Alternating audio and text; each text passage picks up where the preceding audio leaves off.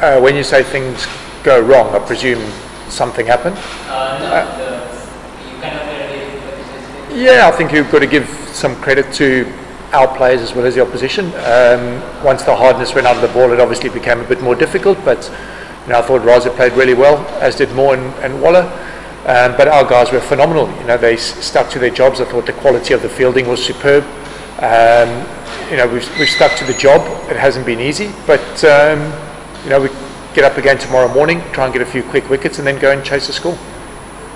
How do you see the 3-day how the test sort of I mean, it's changed quite a bit. I think once the hardness went out of the ball today, it didn't seem like it had done as much as yesterday.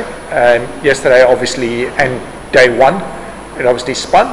But at the end of the day, we're playing the subcontinent, wickets spin, and you just need to come up with plans to score runs on them and how you're going to get some wickets. So it hasn't been anything to write home about. Today was surprising that it probably didn't do as much as expected, but we need to just find a way of getting wickets. Do you think it keeps on changing from session to session? You see the first session, Robin has fallen in the Yeah, I'm not sure. I mean, I haven't spoken to the boys because at the end of the day, they're the ones that are out there. And, is it the wicket that's changing or has the ball got a bit soft? I'm not too sure. Until I speak to the boys, I'll be able to get an answer.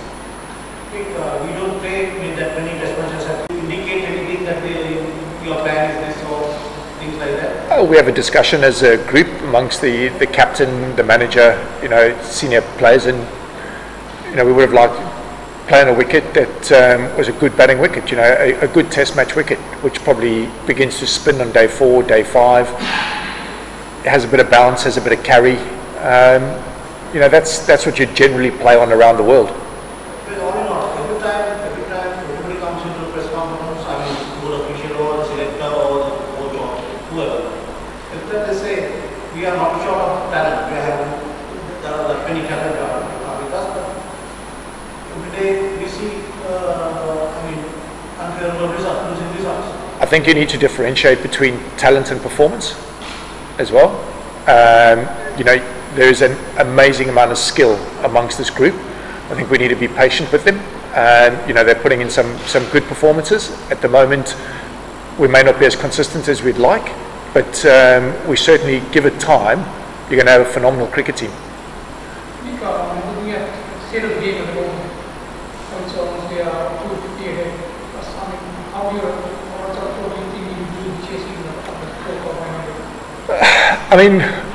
We obviously need to come out tomorrow morning. There's 12 more overs with the old ball, and then we get a new ball again. But we'll have to have a chat tonight, see what kind of plans we come up with for tomorrow morning. I'm always a firm believer that what we see on TV is not always the real, not always reality. So until I get to speak to the boys that were physically out there playing, we'll get a better picture. But one step at a time. We need to take 4 wickets. Once we've got those 4 wickets, whatever's set, we need to go and chase because there's plenty of time left in the game. And really, you look at that Sri Lanka has whatever 4 guys left for them to chase on, they can reckon that the pitch is big enough to get those runs. Yeah, absolutely, yeah. I think it's apparently Sri Lanka is relying too much on Mahera each and every time if they get into a test match. But if you take the 2 fast bowlers in this game, they have bowled 40 odd overs and have taken, collectively 40 overs and have taken only 2 wickets. So what's your assessment on the fast bowling from these 2 bowlers on this game and basically all the Sri Lanka fast bowlers? Yeah, I think Saranga Lakmal's a very experienced fast bowler. Lahiru Kumar is on the other end of the spectrum, and that he's a young tearaway quick. He bowls at 140 plus. He's still learning his trade. He's played very, very few test matches, but the amount of work those guys put in behind the scenes and the effort they put in today in pretty tough conditions with a soft ball on a wicket that's probably not conducive to fast bowling. And I thought they did a fantastic job on it. So if we're going to keep judging them, we need to put everything into perspective as well. Well, it's no matter how hard you work behind the screen and the nets. It all depends on how much you perform and how many wickets that you take on in the match.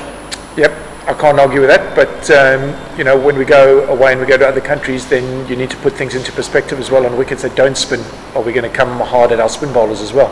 So, this is probably not conducive to fast bowling, and I think in the conditions they did a great job. Is Zimbabwe's performance surprising? Great runs. No, not at all. I mean, they've got a quality support staff. They are battlers, they're fighters. I've played against Zimbabwe a long time from when I was in South Africa. So, no, they're always going to fight. They're always going to put up a good show. So, no, it's not surprising, no. After 4 wickets for lunch, do you think that the wickets are released out? You need to come on time to these press conferences, so you don't ask. Yeah, we were just saying that probably when that hardness went out of the ball, it probably changed at about the, anywhere between 20th and 30th over, and then it became tough.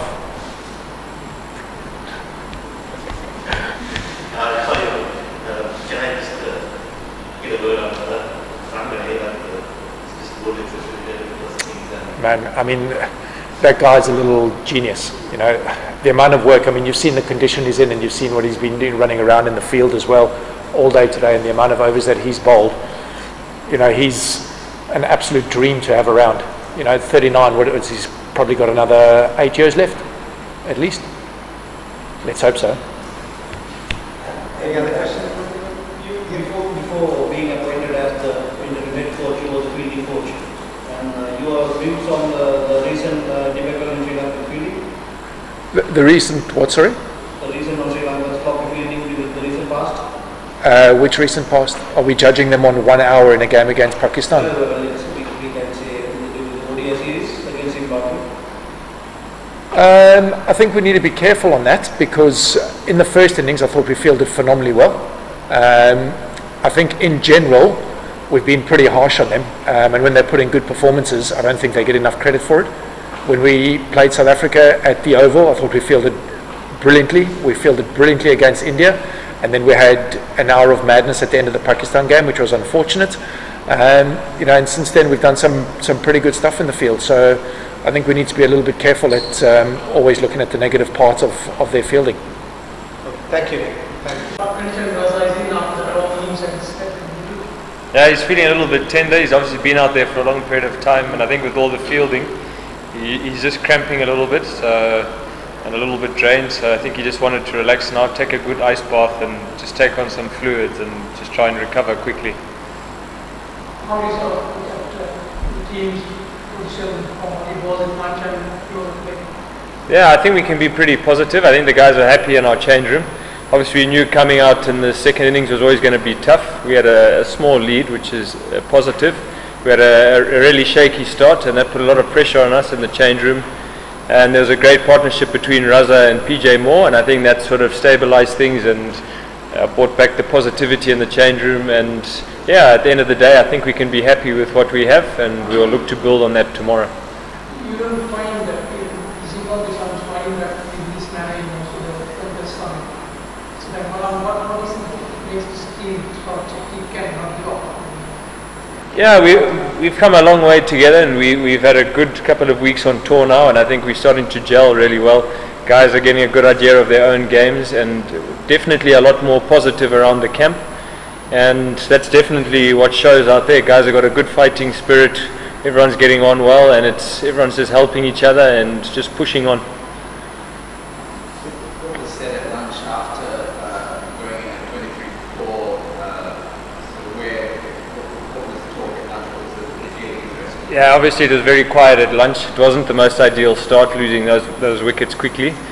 But just the batters that remained, we just sat down and we felt that if we go out there and fight and just go out there, be positive, show that you mean business, and you can either fold and roll over for nothing, or you can go out and really fight and show what you've got, and the guys have taken it that way, and that's what's pulled us through.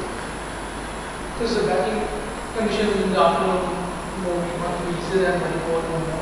Yeah, I wouldn't say they were really easy, as we saw the odd ones do turn, and you're always going to get those ones that turn and jump. So I think you just got to be focused, concentrate every ball, and it's never easy out there, especially second innings in Sri Lanka. The pressure's always on, but you just got to keep batting the way you know and just back your plans. You won your main ODI series in Malcom. How excited Yeah, definitely, guys are extremely positive about this. We had a great one-day series. It's helped all of us mentally, and yeah, we've got a great chance here. If we can go out there tomorrow and put on another 100 runs, possibly, you never know what's going to happen, and it'll give us a really good fighting chance. How has the pitch changed from the first innings to now? How much has it changed? What's it doing? To be honest, I think we saw in the first innings that it wasn't every single ball that turned. There was the odd delivery that would turn, and I think it's pretty much stayed the same. Yeah, apart from Creamer obviously being a wrist spinner, it seemed like there was a lot more turn in it for him. Whereas Sikandar Raza and Sean Williams didn't really turn it, and we've almost seen the same with the Sri Lankan bowlers who are finger spinners. Not every ball's turned, so I would say it's pretty much been the same.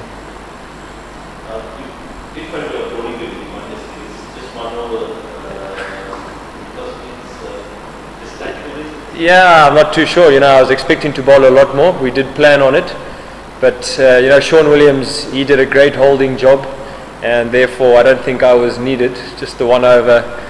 I mean, I really did want to bowl a lot more on there, but that's just how it worked out. Definitely second innings. Now, you went pretty quickly in your innings as well. You scored 50 or 54 balls. Is that something that's part of your game plan, or was it just something that happened? What was sort of what did the run rate come down to? Yeah, I just try and play my cricket in the same way. I always like to be positive. I feel if I do that, that's when I'm at my best. And whether it's one-day cricket, test cricket, I just like to go out there, play my shots, and just rotate strike as much as possible and just tick along like that. And obviously today it worked out well, and I was scoring nicely. Okay, thank you.